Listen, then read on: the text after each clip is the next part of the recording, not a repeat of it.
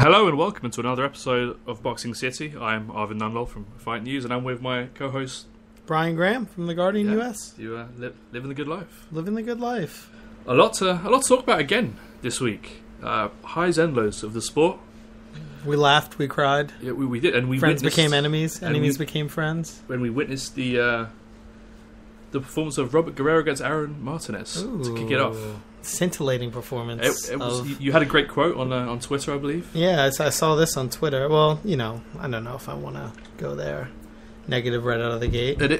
Not possibly, but was trying to look up the appeal of the fight. Yeah, was trying to look up the attendance for this Guerrero Martinez fight. Aaron Martinez, the immortal Aaron Martinez. Yeah, fought a close fight. And I believe they said, and I quote, this is at Unique Mazik, there are more people in Baskin-Robbins lobby than there are in attendance for this Guerrero Martinez fight. Is that because scathing. It is a critical assessment? Yeah. Is that because of the time? Or do you feel as though the fight just wasn't... Maybe it just didn't take with the people of Carson, California. And it was a 10-round fight. Yeah, a 10-round welterweight fight. Guerrero, and Guerrero down in the fourth. Down in the fourth. Comes back to win a split decision. A very lucky decision. Guerrero, this is the same Robert Guerrero who fought... opposite Floyd Mayweather. Yeah. And, I believe that was May 2013. That was the first fight, the Showtime deal. Yeah, May 2013. And, hails from Gilroy, California, which is the garlic capital of America. I've been there. Yeah. I've had garlic ice cream there. Is it as worthy as Robert Guerrero's name? It's, listen, Robert Guerrero, I feel like he's... I don't know. I don't want to just, I don't want to bury the guy. Great fighter. Anybody that picks up the gloves, it's worthy of our respect. But you feel as though this is not his weight class? But, yeah, it's probably not his weight class. And you kind of wonder if he's taking it as far as he can. He got that big fight. Mm-hmm. He wasn't he was clearly outclassed. So I don't know. Maybe if he can get back down to 140. But apparently, as we were also talking about, what's a weight class these days? You could just fight at 142 or 144. A lot to talk about from that one. Yeah, exactly. But I'll let you sort of get this shit back on the it was a not convincing performance from Guerrero. Possibly came back too soon from the Thurman knockout. Yeah. I mean, I could see it being a 10-round fight, but an opponent he should have made pretty much look like an easy day's work on paper. Yeah. But Aaron Martinez came to 19 wins, 3 losses, 1 draw for Aaron Martinez. He was game. He put up a good performance. Yeah. Definitely done himself proud. Yeah. Guerrero should take, some time off to think whether he should be getting in the ring so soon. I know he did say he wants to get back in straight away. The fans love warriors, but we also want to see Guerrero in more competitive fights. In fights that he'll be well suited for. Yeah, and that are meaningful fights. Absolutely. I mean, he's in the prime of his career, so if it means taking another 6, 8, 10 weeks off, in between to sort of get everything in order, I would say we're all the richer for it. Yeah, and that's talking of meaningful fights. We had Cotto Geale at Barclays Center. That was a big one. Middleweight championship of the world. The linear middleweight championship of the world at 157 pounds. Being fought at 157 pounds. It's right on the money. Yeah, indeed. Interesting fight. I believe Cotto showed good boxing skills the first 3 rounds. I think he outboxed Geale. With ease. Really hitting him with those counters. And then I think, I heard more than one person say it. It seemed like Geale tried to hook with a hooker. And it did not end well for our Australian friend. He came out swinging for the first 2 rounds. Yeah. To be expected because he was weight drained. He knew he probably wasn't going to go to full 12. Yeah. His only chance was to get him out early if he could. Yeah. As we mentioned last week, the 7-day weigh-in, I believe he was 10 pounds over still. Yeah. So, and that's asking a lot. Although in Cotto's defense, he did raise a good point. He said when the contracts were signed, it was 157. No one had any arguments. Yeah. In his defense, we knew it was going to be that way. Yeah, no, exactly. In his defense, but I don't know. At the same time, the middleweight championship is 160 It's the middleweight championship, and circumstantially, there is this sort of sense that Cotto doesn't really have any intention of defending it legitimately. So, when you add that sort of context to it, it's slightly he lamer. did publicly state that the I'm not a WC would middleweight. not tell him what to do. He will not pay their 3% fee, and he will fight who he wants. He's like John Locke. Yeah. Don't tell me what I can't do. You cannot tell him. Don't tell me what I can't do. And to be fair, Cotto has earned that, right? He's a great champion. Yeah. He's a great champion, but I would hope, out of respect for the sport, sooner than later. Listen, I've thought all along, that he's had no intention. This was his first fight in, I believe, 364 days. I thought all along he's had no intention of fighting the alpha dog in this division, the clear best middleweight, Gennady Golovkin. However, I think he's earned the right, certainly, with some of the stuff that's happened that hasn't gone his way in his career. Obviously, Antonio Margarito's situation. I've thought that this is a guy that's maybe earned the right to sort of stretch it a little bit. I think he's keeping that belt as a potential bargaining chip for a possible Mayweather fight. That's a very good point. Fight for the middleweight championship of the world at 150. I kind of feel as though that fight will happen under the basis that if Floyd does not fight Cotto, I strongly believe Cotto and Canelo will be on that September date. Yeah. In a different venue, because Canelo has said time and time again he wants to reclaim those dates. Right. He was going to reclaim it with Canelo. Canelo's going to reclaim it with Cotto earlier on this year. Would have pushed Floyd out. I kind of feel as though Canelo really wants to have that Mexican Independence Day. September 12th, I believe? Yeah, correct. Does Canelo Cotto outsell, I should say, Mayweather Khan?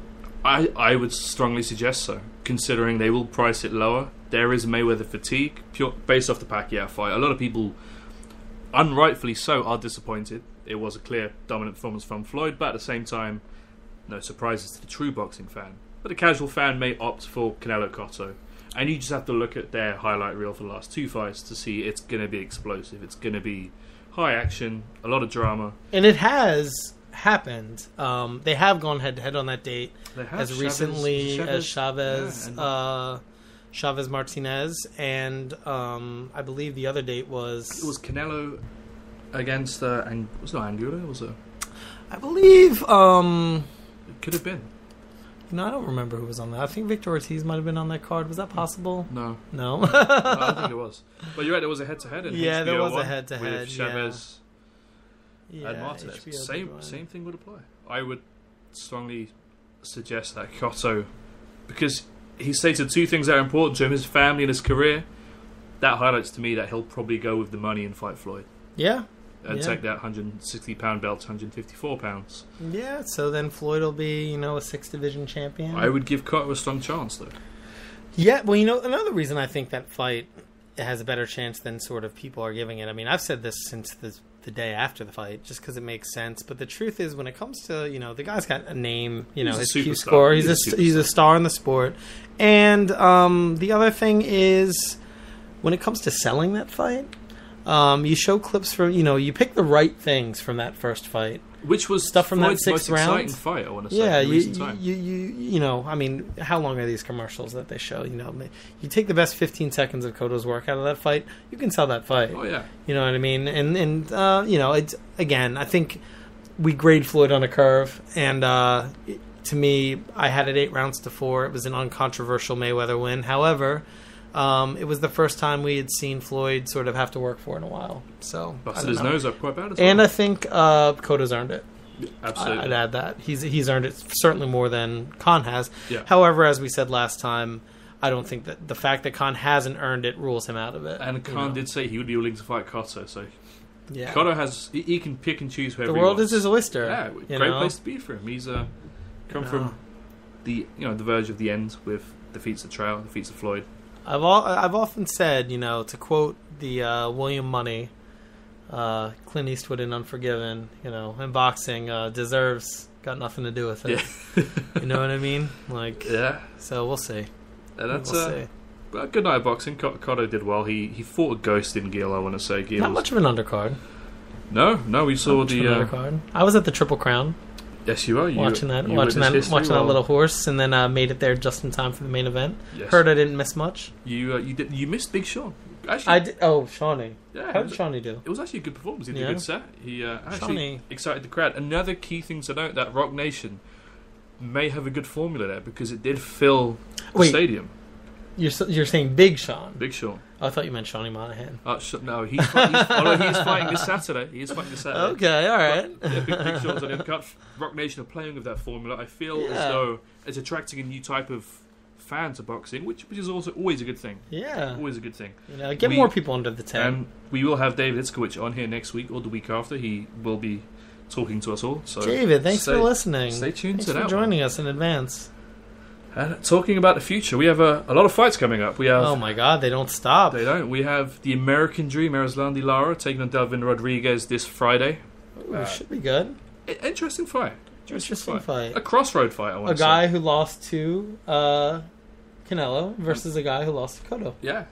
And in high-profile matches. So, a bit of a crossroad fight. It's interesting. I see Lara just doing what he does, 12 rounds. Yeah. Delvin, not much of a boxer, I want to say, but give him a chance, he'll put you down. Yeah, it'll be interesting. I mean, I think it's like last chance saloon for Delvin Rodriguez in the sense of, as far as him getting big fights. Lara's, I think in theory he has a little more mileage, but he's a hard guy to sell. He's a bit of a spoiler. Good boxer, but doesn't really sort of. He runs into this problem a lot of Cuban fighters have. Yeah. They cannot. And for good reason, they can't sell themselves to the general public. Yeah, can't put the butts in the seats. And I mean, at the end of the day, Arvin, this is a business. We have to sell tickets. You have to sell tickets, and you gotta sort of. Look at that guy, Rigondeaux, sort of a universal top 5 pound for pounder. No one can fight him. Nobody, exactly. So, I don't know. Should be interesting. Looking forward to that one for sure. Yeah, we have Deontay Wilder as well taking Eric Molina. A little bit. It's a voluntary defense. I'd say that's a bit of a. I don't know. Not much to that fight. Not a lot of juice there. 3 rounds, maybe 2-3 rounds. But Wilder pleasing his hometown fans, going back to Birmingham, Alabama. First ever world heavyweight title fight fought in the state of Alabama. That's an incredible stat, and rightfully so. Deontay Wilder, he has earned that right. He has to fulfill this voluntary, and I see him fulfilling it with ease. And then he moves on to Alexander Povetkin. Really? He would be the mandatory. I don't see that fight happening. There may be a step-aside fee. I don't see it happening. Yeah. It's especially after I'm not sure if you caught our friend Alexander's last fight. He knocked out Mike Perez in, I think, 95 seconds or something. Mm-hmm. Looked like an absolute world beater. Looked scary. Mm-hmm. Klitschko tamed him fairly well. With a bit of that speaks more. I would say that speaks more to Klitschko in his sort of understated greatness. But it would be great for Wilder to fight Povetkin, to make a statement to Klitschko, because that fight should happen next year. I don't know. Listen, I hope I'm wrong, and I hope that Wilder is not as protected as I get the sense he is. I know the last thing he would want to do is lose that belt, because that is very important to him. Certainly, if a Klitschko fight does come to pass as a unification fight, there's still my whole theory on the idea of the first 4 belt fight happening under the PBC banner, really as the sort of entry point into the actual PBC belts. That being said, I don't know. For some reason, I just don't see that Povetkin fight happening. I really do hope I'm wrong. I would hope so too, because it could be a chance for Wilder to really show that he belongs in the top 3 or 4 heavyweights. Although he did beat Bermain Stavern, it was not the same Stavern. We haven't actually heard much from Stavern, to be fair. So I don't know. He's deafening silence from the Stavern camp. Hopefully it's time to recharge. He still with Don King, or I believe he's under contract with Don King. Yeah. All right. Yeah. Good luck with that. Rumour has it there is a rematch clause, but that wouldn't surprise me considering Don King knows what he's doing. Yeah, but I don't know. Good luck with that. Yeah, we also turn to another fun fight this Saturday, which we will both be at, to highlight the Puerto Rican Day Parade. There'll be a fantastic show in New York. Felix Verdejo fights Ivan Najera. Up and comer. Yeah, they like him. Yeah. They like him. Are we sure that's not Nahara? It could be Nahara. You possibly the are. The only reason I'm saying that is there was a fantastic basketball player for the Dallas Mavericks by the name of Eduardo Nahara. I had no idea. It's possibly Ivan Nahara or Najera versus Verdejo. To be corrected. And Verdejo, obviously, I would say is as far as top ranks, Next sort star. of future stars. I mean, I could be wrong on this. I believe he's only 21. He is. He had a workout in the Bronx, and they turned up in in numbers, which is certainly young. Seems like they're really loading up on him. This is I guess it's not his first TV fight, but or first HBO fight, but it's probably can't be more than his second. It'd be interesting to see how he reacts to a fierce hometown crowd. Yeah, I mean it's pretty much the co-main. Yeah, it's basically. I mean, I guess Walters technically will be going second, it being a title fight. But when you talk about sort of the biggest sort of draw in the room, I would say it would be Verdejo. In New York on Puerto Rican Day. Rican Day. Yeah, so that's. I don't think anything will be stopping him. But we'll also be seeing Nicholas Walters. So Verdejo, easy win. I don't see that being a problem. Yeah. Showstopper. But Nicholas Walters against an undefeated Colombian in Miguel Mayoraga? Yeah, I mean, I think they've got Walters as the last time I checked, he was a 7-1 favorite in that fight. So, probably higher and higher. It's one that he should win. But, it's... The other guy's 20-0, 18 KOs. So. Yeah. I mean, you never know in boxing. Somebody's O has got to go. Yeah, Michael Buffer will be saying that. Somebody's O has got to go. Rumour has it Usain Bolt may be there to walk him out. He also has a race during the same day. Yeah. But he's it looks like, according to BoxRec, our friend Nicholas Walters is the number 1 ranked Jamaican featherweight out of 1. But the only active fighter in the featherweight division fighting out of Jamaica. Yeah, I mean, so he's the best and the worst. It's good to see. It's good to see. Boxing truly is a global affair. It's fights like this that really bring that to light and put a fine point on that. Although, correct me if I'm wrong, Nicholas Walters lives in Panama now, so interesting. He resides in Panama. Jamaican expat. Yeah. Interesting. He'll be bringing that wooden axe. I don't see that being used or needed because Mayoraga fought in Colombia throughout most of his career. Never really. This is his toughest challenge to date. I don't see it going past 4. We've got a night of knockouts planned, I want to say. Yeah, we're going to get home early. I'll make the dinner reservations for a little earlier. Yeah, well, if you can, or join in the parade, I'm sure the party will still be going on. Oh, yeah, absolutely. And, should be a great time. Should be good. A great time. Luckily, we go to one of the highlights of this show. He spoke to us.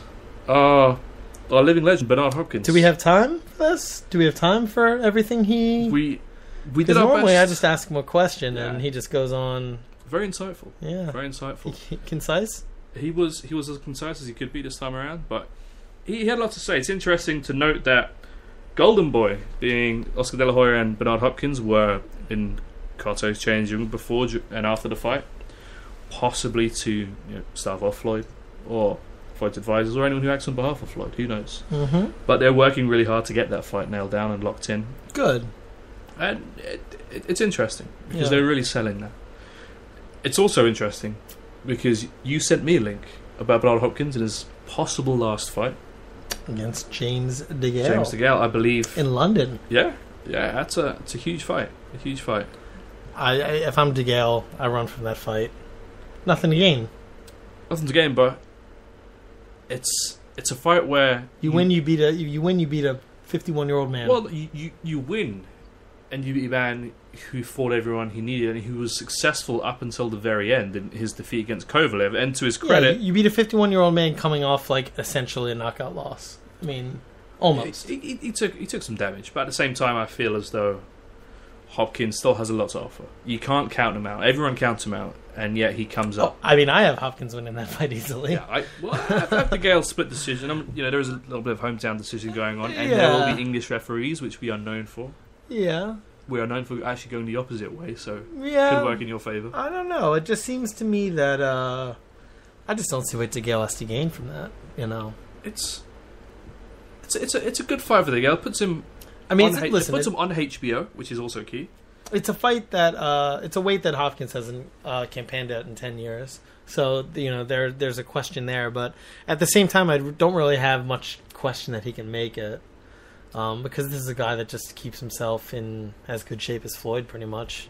As great shape as you can. Yeah. So, well, we will pass it over to Bernard. He spoke firstly about how Freddie Roach has really changed Miguel Cotto, and then transitioned to an interesting tidbit about James Degale and how he sees the fight going, and why he wants to fight, and whether ever it is his last fight. So here is Bernard Hopkins.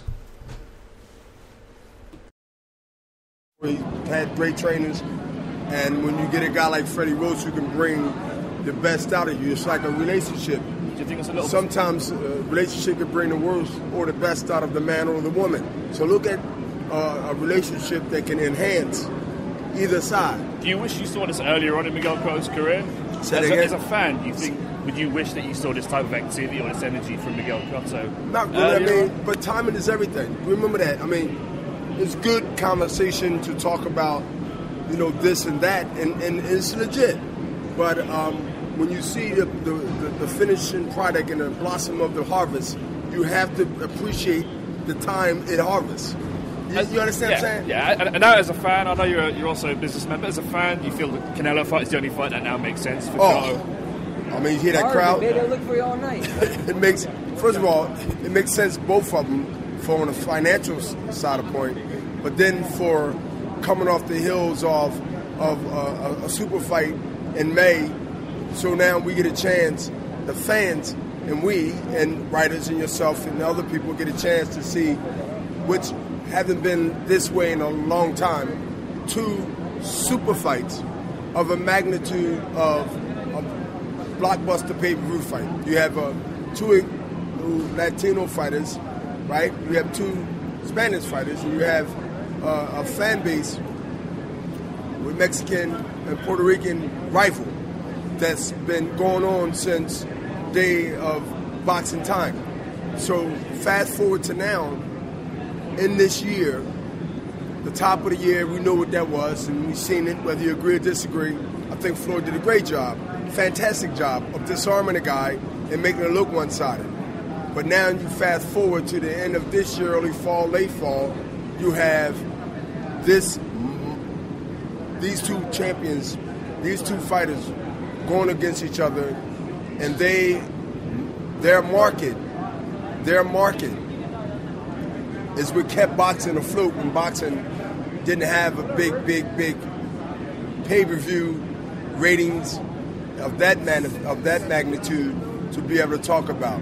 So when you're talking about the market of the Latinos, you're talking about the market of the Mexican and Puerto Rican, you got to understand when you have 2 cultures going together, that's huge, and especially at the top of their careers right now. Miguel's been there, but he's not past his prime. As far as I'm concerned, he's one of those late bloomers who just is starting to really show power at middleweight. You see that middleweight, he's knocking dudes out. I didn't see him do that at welterweight. Definitely. And what about yourself, man? I know there's a lot of talk about you fighting James Degale. It's building up huge press. That's real serious, too. How's that progressing? Well, fast. Very fast. And I would love to touch base and land in London to be able to do what? Make history over the pond. I have a big fan base in London, well respected, not only worldwide but in London. I would like to go and give them a show at this level, at this stage, that they would never forget. And the historic thing is the middleweight, super middleweight division, and the middleweight division that I dominated, just like Triple G is dominating now, and the factor of nobody really wants to really fight this guy, except for Oscar. I'm about making things happen for myself, of course, history, and doing the undoable. And the undoable is doing things that people question your sanity of why you're doing it. And I made a living in a career out of those things. And so sometimes you get bit, and sometimes you bite it. I've been biting it for a long time. And this won't be your last fight, will it, Bernard? How many more times do you want to fight? I mean, there's talk, and we read the article in the Philadelphia paper, how this could be your farewell fight. I would want to make this fight in this year, or any fight of this magnitude, the one that you will come to see one last time of a legacy, a historic rock band, R&B band, soul band, gospel band. You got a last chance to see that favorite band. Well, I'm that band in boxing. So it will be promoted that way. It will be fought that way, and it will be remembered on my account that way, whether it's across the pond or here in the great USA. My thing is to push the envelope even further, and the best way to do it is to do it with dignity and pride, and show people that age is a number, but numbers only affect certain people who didn't pay attention to themselves over the years that they became wise than it was 20 or 15 years ago. That's good wisdom, right? Yeah, it's pretty deep, right? That's the best way. Now you got to pay me for that. Bernard, pleasure, Bernard. So, Bernard there. Did you pay him? I did not. He paid me in infinite wisdom, and the fact that he would be willing to go over and have a big fight in England. He'll win the fight. I don't know about winning the fight. He'll definitely, to his credit, he called out whether or not he gets it, on the scorecards is one thing. Yeah, he wins the fight. I think. I don't know. I've seen him do it too many times. I feel as though he'll be at 168. He'll be comfortable. He will be more active. Mm-hmm. Again, he came. I don't worry about the weight with him. He came off a fight against Kovalev, so you can't really say, this Bernard, he's old, he's faded. He's been proving us wrong for years. Mm-hmm. We said, hey, 40, you got to stop Bernard. He's approaching 51 now. Yeah. So yeah.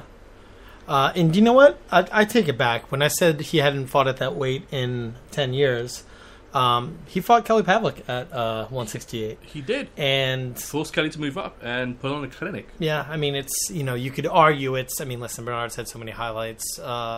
It's hard to pick one, but I would say it's probably like top 3 performances of his career. I mean, based on who the opponent was going in.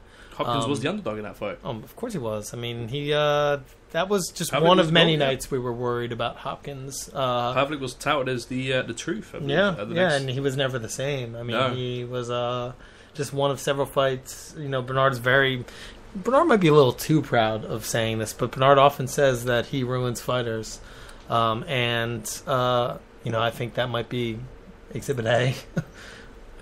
He's done it time and time again. Yeah, so.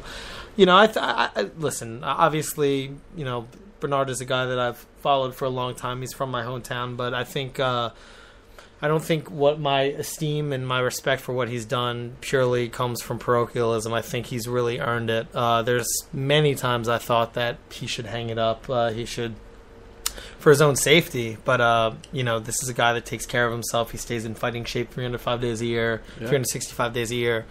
And I look at a guy like Degale, and very good fighter, but I don't know. To me, it's within Bernard's. I don't know. It's within his purview. Whereas I think he was shooting for the outer limits when he went up against Kovalev. He was really taking a dare. And when he was talking about fighting Golovkin at 168, that was like Bernard going for something that was probably a little out of his reach. I look at Degale and I see a fighter that's sort of in Bernard's range. Degale presents an opportunity for Bernard to put his name back down, claim a title, as well as prove that you do belong in that division. Sure, he's going to be as quick or as nimble as we always expect Bernard to be. He'll be a 3-division champion if he wins. And another point as well is that Hopkins, for what he is what you say, a dirty fighter, an old school fighter. He knows how to win fights. He will do it by any. It's the dark arts. Yeah, absolutely. And he'll be the first person to say that. I mean, look at and he'll do whatever is a lot, whatever the referee. I mean, look at the second Roy Jones fight. It became like an absolute. I mean, the referee completely lost control of it. Yeah. And Bernard did what he needed to do. I mean, listen, actually, that's a bad example because I don't think Bernard needed to do any of that in that fight. Roy Jones was an Asian Roy Jones in Las Vegas, also. Yeah. Yeah, I mean, that was a fight. I think that was like one of those like $20 pay-per-view fights. It was like distributed by some. Hopkins did avenge that defeat. So. Yeah, so that's your classic example of a fight that happened. Well, actually, the first one happened too early. The second one happened too late. Can never get it right. But all the best to Bernard. I'm glad he's getting back in the ring. Hopefully, this will be his last fight. If he does, when he goes out on his on a well-held pedestal, he's proved to the world that he is one of the best boxers of our time. I would say absolute all-time great. The way I look at it is this: you could split his career into two, and either one of them would be Hall of Fame. And a great testament to all of the adversity he's overcome. Yeah, I mean, this is a guy who didn't turn pro until he was 24, no Olympic medal, no promoter, lost his first fight, and just basically, after spending 56 months in jail, completely turned his life around, came up the hard way, didn't really get any attention. I would say, and I know I've said this before, when you look at what Golovkin has done in the middleweight division as far as fighting guys that nobody's really heard of, and I mean, that's a little unfair to some of his his most recent fights, but as far as like just staying busy and winning and waiting for the big names to come to you, that's what Bernard did. I mean, Bernard referenced it earlier when he mentioned Oscar eventually fought him. And yeah, I don't know. I think this is a guy that always approached things the right way. And it also provides us with another fight to look forward to. Yeah. We have so many great fights being made right now. Absolutely. I mean, this boxing thing, it's a good time to start this podcast. It's been a good year. It's been a good year. And who knows, maybe we see Walters fight Lomachenko in December. My goodness. Imagine. Wouldn't that be a great way to end it? It's like the gift that keeps on giving. It does. Well, I'm going to take a gift away from you now, though, and touch on our final talking point for this show. Catchweights. Oh, Jesus. Very prolific in certain fights and certain promoters, I want to say. Yeah, well... Can you explain, why is a catchweight... What's a catchweight used for, and what was its intended goal? I don't know. I mean, listen, there's a place for it, in my experience, and I know we spoke a lot about this last week, but to me, an alarming trend is it was always an exception to the rule. Now it seems like it's being used more and more, certainly in these Premier Boxing Championship fights, Premier Boxing Champions fights, where they are sort of disregarding the belts. I mean, you can take that wherever you want to take it, but I feel a common reason for the catchweight was to merge two champions together, one from a lower class, one from a higher class, meet in the middle, and really contest and find out who is the better fighter. These days, it seems as though it's a negotiation tactic, or it's a way to get an advantage or the upper hand on your opponent. I feel as though that's taking away from what boxing is about. Gary Shaw and Daniel Geale said it himself. He was not good at that weight, and he probably wouldn't take that fight again.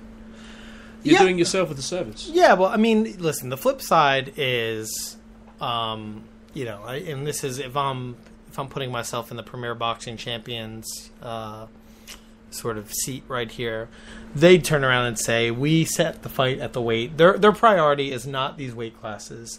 It's not these belts. It's not this tradition that boxing is sort of built on, because they say, F the tradition. It's more making the best fight possible. But, I don't know. I sort of like the sort of broad idea of that, but I also think they exist for a reason, and I would like to think that eventually this is a trend that will sort of recede, but who knows? Hopefully we can either get competitive and equal fights out of it, or it goes away and dies a slow death. One of those two options. But maybe it's just one of those trends that'll go away, but who knows? We'll see. If it's going to stick around, it will stick around. But I mean, why even have them? To PBC's credit, this weekend's fight was a catchweight, and it was not a PBC fight. Yeah, that's true. Oh, it's not just a PBC thing. Yeah. No, not at all. Not at all. So it's just a bit of a trend that's unfortunately, I don't know. I feel like fans haven't necessarily... Listen, ultimately they can't do anything about it, but I don't think maybe fans have been vociferous enough against it, and now they're sort of taking, we give them an inch and they take a mile. We did have a comment from a reader who stated that it's not really about the catch weight, it's if the fight is equal, which is a very key point. Yeah, that's fair. A very commonly cited abuse of this system is Floyd's sort of comeback fight against Marquez, I believe, was 145? It was meant to be 145 and it went up, I believe, to 140. Well, no, I don't think it ever technically went up. I think he just came in at 147, and then I believe he had to pay Marquez. He didn't, he paid an undisclosed fee? Yeah, I think it was, 6 figures per pound. But when you look at the money he made for that fight, and then all of a sudden a fight that should have been Marquez coming up 2 weight classes all of a sudden becomes 3. And then you look at how the fight turned out. I think it's the most. To be expected. Yeah, I think it's the most one-sided fight in the history of CompuBox. If you put anything into, but it was tailor-made to show that Floyd was that superior when compared to Marquez against Pacquiao. Yeah, tricking the common fan, is that a fair statement? I think it's more than fair. I think that's what it was built from the ground up to do. Floyd was willing to pay that money. Mm-hmm. It was probably factored in. Because to me, it's not even about the 2 pounds. And we should have spoken about this last week when we had an expert here, but to me, it's not necessarily about the 2 pounds.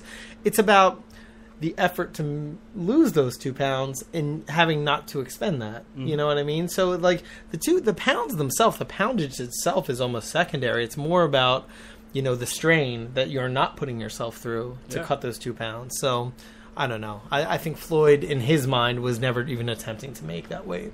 But it's all to his advantage, and it's nice to be the A side. Yeah. I'll tell you that much. You call the shots, you make the rules. Which I think our friend Mr. Ellerby is singing a much different song if it's Marquez that comes in 2 pounds over. Oh yeah, the tables would have turned, but they did not. It was a fair assessment. Thanks for listening, Leonard. We'll send him out a nice complimentary tweet after this. Yeah. But I feel as though we've hit that time of the day. What's that? We've hit the end of our show. Has it run its course yet again? We have, yeah. It always ends a minute or two. It always ends so soon. Flies by.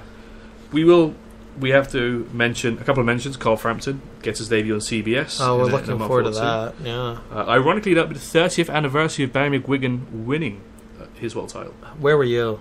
Who could forget? I was not born yet. Who could forget where they were? Yeah. It's a lot of people around. Ironically, a lot of people. Yeah. But as we said last week, Carl Frampton signed with Al Heyman.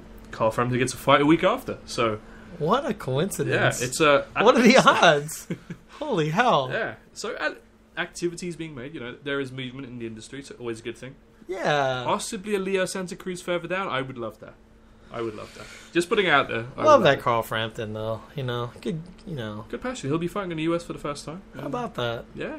I think Barry McGuigan's done a great job. All these Brits, they just love fighting here in the US. I mean, they do, and hopefully Tyson Fury comes back and takes Klitschko at the Garden, because that was a great atmosphere. Yeah, it was.